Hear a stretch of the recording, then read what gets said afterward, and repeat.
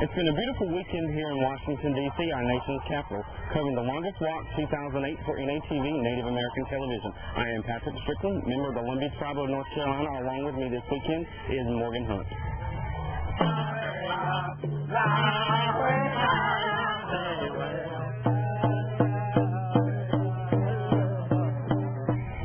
Thank you, Patrick. Now let's check out some of the activities on our Capitol lawn.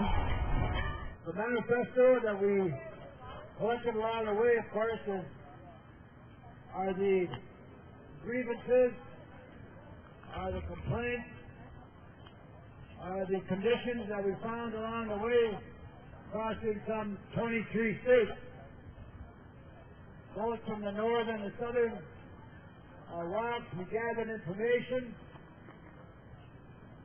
about the water, the air, what was the conditions of the soil. We may not have all the answers, but we have some suggestions. When we started out on this journey,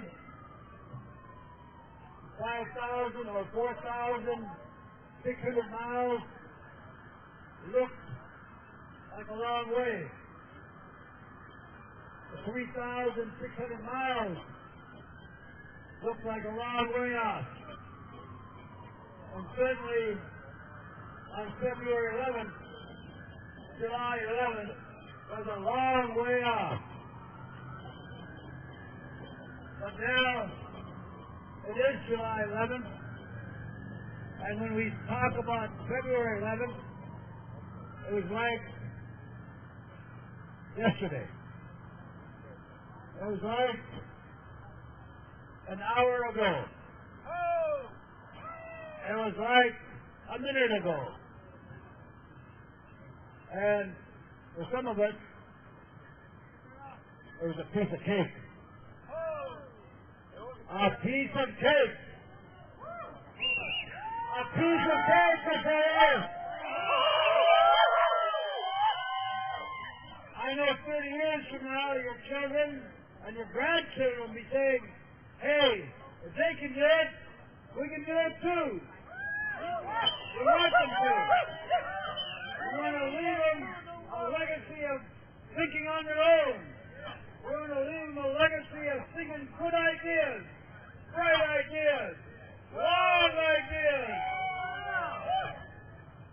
Ideas that represent who we are.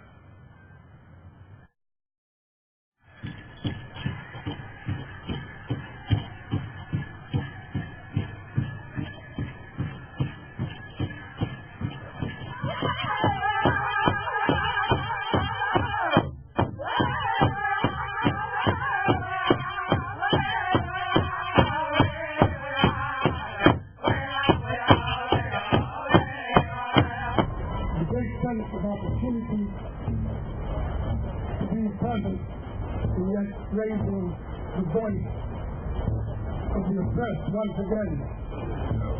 For those who sit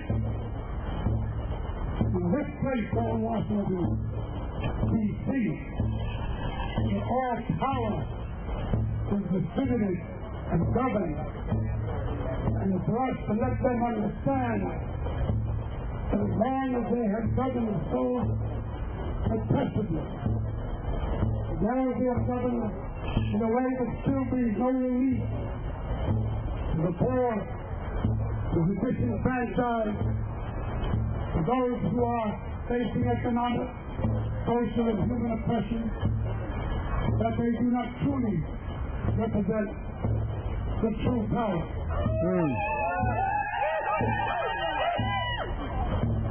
Our presence here today is my expression of solidarity with my Native American brothers and sisters and children and sons and daughters is only a part of an extension of a larger family in Black America, Latino America, White America, Asian America. We're all one. And in the spirit of that oneness, we are here to begin once again the long march to letting Washington know that we will no longer stand still while they go through the mischief of their government. What they do is unacceptable to us. What they do is immoral. What they do is arrogant. It is only through us and through our solidarity that we can turn them around. We have turned them around before, and we will turn them around again. And I want you to know that I'm deeply committed to the cause for which we've gathered here today. This is a long walk. It's a walk that's taken 4 centuries. Let us make sure it doesn't require another 4. During our 8,200-mile course, we crossed 26 states, visited 35 reservations, and we talked to many people from Fort Yuma, the Needles, the Mojave people, the Wallapai, the Havasupai, the Dene people.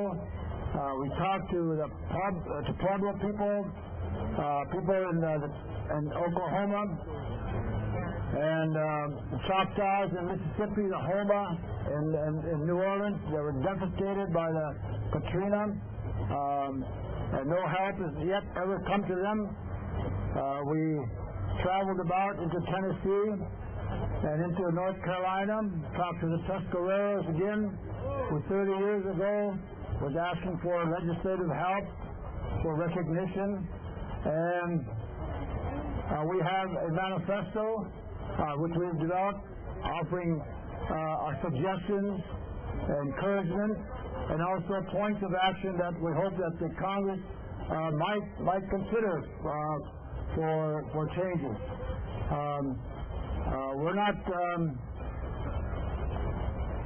We don't present the manifesto as a means to cure everything, nor do we expect Congress to act rapidly, because I know that they have taken many years to answer questions from us. But we hope that with a new change, the winds of change coming, hopefully, that we might see some positive action, some corrective action to protect our sacred sites. So here's the manifesto with 16 points, 16 resolutions. 1, to support an environmental Bill of Rights. 2, to ratify the United Nations Declaration on the Rights of Indigenous Peoples. 3, to enact legislation concerning the consultation of Native Americans and the right to free, prior and informed consent. Enact legislation to provide the highest level of protection for all Native American sacred sites. Halt the expansion of and use of recycled wastewater at the Arizona Snow Bowl Ski Resort on San Francisco Peak's sacred site. Incidentally, 30 years ago, we asked for protective legislation then. Number 6, halt the casino construction, mining, and other development plans on or near Pilot Knob at the Clayton sacred site. Number 7, halt all development on or near the Glen Cove burial ground. Number 8, halt expansion of the Peabody coal mine in the sacred territory of Black Mesa. Number 9, halt the Desert Rock coal-fired power plant in the Dene Nation. Number 10, fund the development and carrying out of an action plan concerning water pollution with the participation of tribal communities. 11, halt the contamination of the Colorado River and establish a participatory inquiry into past and present pollution of water sources in the Colorado River area and its detrimental effects on tribes along the river. 12, in support of ending all non-sustainable waste and encouraging, reducing, reusing, recycling, restoring. 13, establish federal recognition of the United Houma Nation of Louisiana. Number 14, the issue of Leonard Peltier, of free Leonard Peltier. 15, the develop and fund a participatory and integral action plan for Native community health.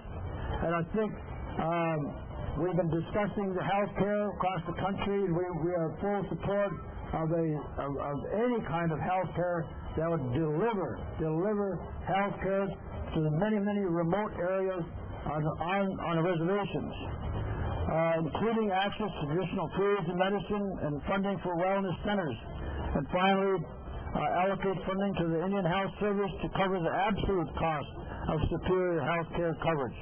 These are some of the issues that we talked about along the way, and we said we would present them to members of Congress, and I certainly appreciate you coming out to be with us. And when I heard that they were going to limit the number of us that could go see you, I was a little disappointed, but we were going to go along with it.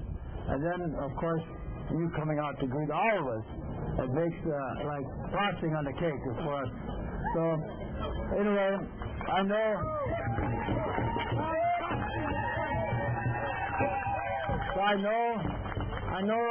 you stand sometimes alone in Congress, but I also know you have many powerful friends. And so we present this to you, then hopefully that something might come about. Thank you very much.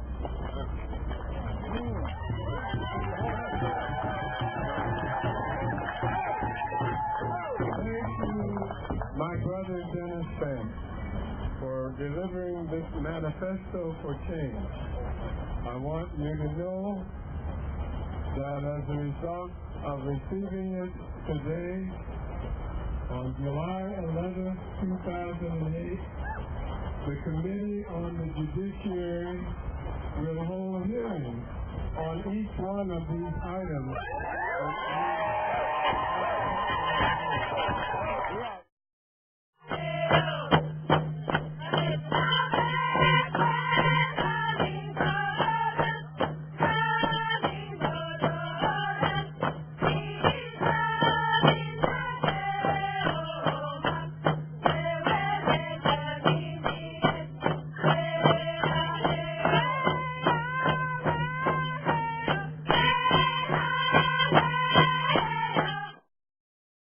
This has been a special presentation courtesy of NATV.